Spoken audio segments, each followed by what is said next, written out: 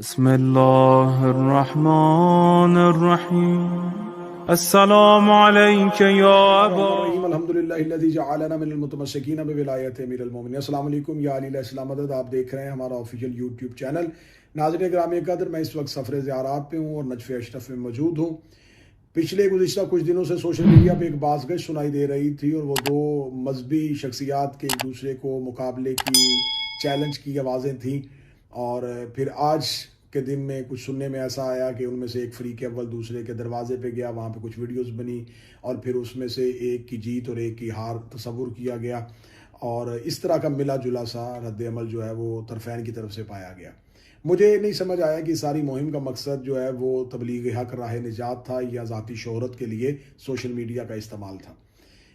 میں اپنے سننے والے سامعین اور دیکھنے والے ناظرین کے سامنے یہ ایک حقائق، یہ کچھ چیزیں رکھنا چاہتا ہوں کہ ہم وہ آخری نسل ہیں جنہوں نے دو مختلف دور دیکھے۔ ہم ہی وہ آخری نسل ہیں جنہوں نے مائکرو فون سے لے کے آئی فون تک کا سفر بھی کیا ہے۔ ہم ہی وہ آخری نسل ہیں جنہوں نے انٹینا گھمانے سے لے کے سکرین سکرول کرنے تک کا دور بھی دیکھا ہے۔ ہم ہی وہ آخری نسل ہیں جنہوں نے اخبار کی سرخی سے لے کے انسٹاگرام کی سٹوری تک کے دور کو دیکھا ہے۔ ہم ہی وہ آخری نسل ہیں جنہوں نے سلیٹ سے لے کے آئی پیڈ تک کا دور دیکھا ہے۔ ہم ہی وہ آخری نسل ہیں جنہوں نے احمد ندیم قاسمی سے چاہت فتح علی خان تک کی تنزلی کا دور بھی دیکھا ہے۔ ہم ہی وہ آخری نسل ہیں جو جنگ کو جیو بنتے ہوئے دیکھا ہے۔ ہم ہی وہ آخری نسل ہیں جنہوں نے گیٹ کے نیچے سے اخبار کی سرکتی ہوئی آواز سے لے کے ٹویٹر کے نوٹیفیکیشن کی ٹون تک کو سنا۔ ہم ہی وہ نسل ہیں جنہوں نے ہمسائے کے گھر فون سننے سے لے کے زوم میٹنگ تک کے دور کو دیکھا ہے۔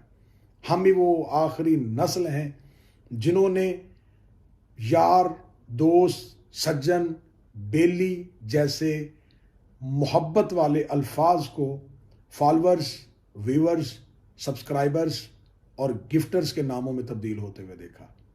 میں نے پچھلے چند سالوں میں اسی سوشل میڈیا کی وجہ سے ادیبوں اور دانشوروں اور شاعروں کو مریض بنتے ہوئے دیکھا اور ذہنی مریضوں کو مشہور ہوتے ہوئے دیکھا۔ میں نے اسی سوشل میڈیا پہ بہت سے اسکالرز کو گمنام ہوتے اور بہت سے بلاگرز کو اسکالرز بنتے ہوئے دیکھا ہے۔ یہ دور جرنلزم کا دور نہیں، یہ دور صحافتی اقدار کا دور نہیں، یہ یوٹیوبرز کا دور ہے۔ اس دور میں سوشل میڈیا اتنا عام ہو چکا ہے کہ ہر کوئی اس کے استعمال سے دنیا تسخیر کرنے کے چکر میں ہے اور اپنی ذات منوانے کے چکر میں ہے۔ مجھے نہیں سمجھ آ رہا کہ یہ ساری چیزیں جو ہیں یہ مذہبی اقدار کو مزید طاقت دے رہی ہیں یا ہمیں اخلاقی پستی کی طرف لے کے جا رہی ہیں۔ جو آج کے اس تعلق تھا اس مقابلے کے ساتھ جس کا آج فائنل راؤنڈ تھا، اس کے لیے میں یہ کہنا چاہوں گا کہ میں ان دونوں شخصیات کو باقی مذہبی شخصیات سے ہٹ کے تھوڑا اس لیے دیکھتا ہوں کہ ان کی گفتگو میں اہل بیت علیہم السلام سے عزت اور احترام کا ایک تھوڑی سی مقدار جو ہے اس کی جھلک نظر آتی ہے، خصوصاً بنی امیہ کے کردار کے حوالے سے، حضرت ابو طالب علیہ السلام کے ایمان کے حوالے سے، مولا امیر المومنین کی ذات کے حوالے سے۔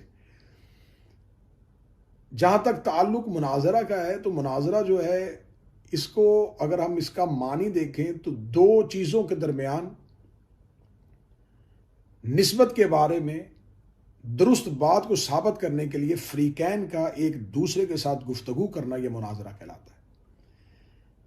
اسی وزن میں مجادلہ بھی ہے اور اس میں مقصد جو ہوتا ہے وہ حق پہنچانا نہیں ہوتا بلکہ دوسرے کو رسوا کرنا ہوتا ہے یا شہرت کی طلب۔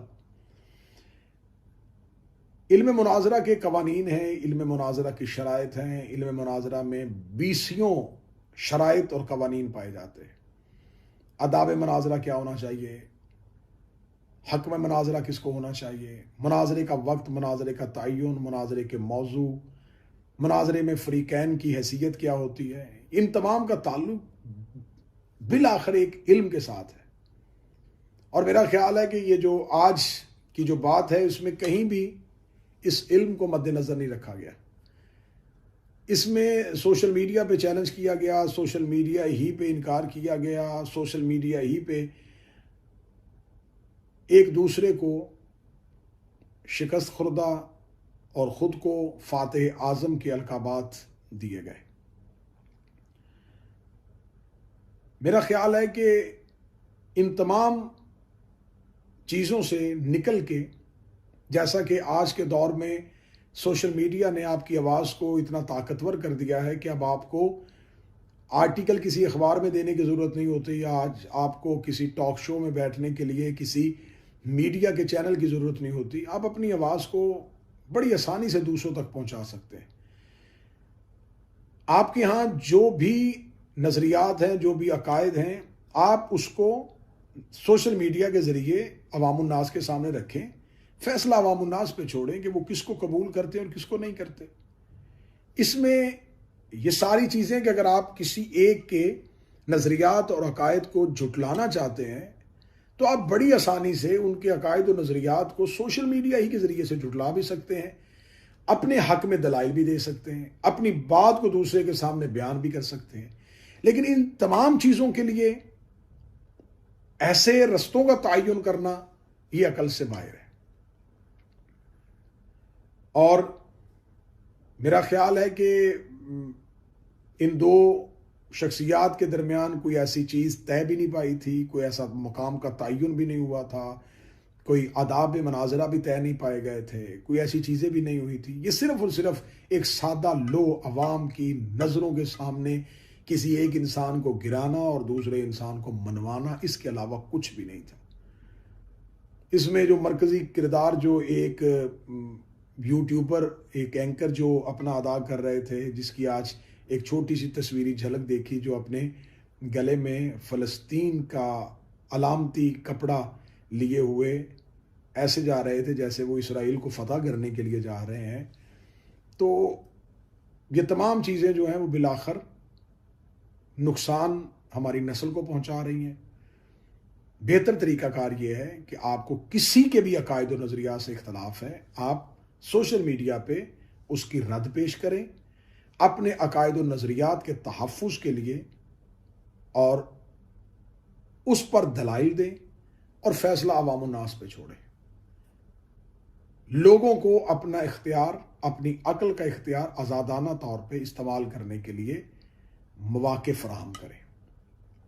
سوشل میڈیا نے جہاں پر ہمیں بہت ترقی دی ہے، وہاں پر ہمیں بہت سی پستی کی طرف بھی لے کے گیا ہے، وہاں پر بہت سی اخلاقی اقدار کو پامال بھی کرتے ہوئے بہت سے لوگوں کو دیکھا گیا ہے۔ تو میری تو گزارش یہی ہے کہ یہ دن جو ہیں وہ ایام فاطمیہ صلوات اللہ علیہا، جناب سیدہ صلوات اللہ علیہا سے نسبت رکھتے ہیں۔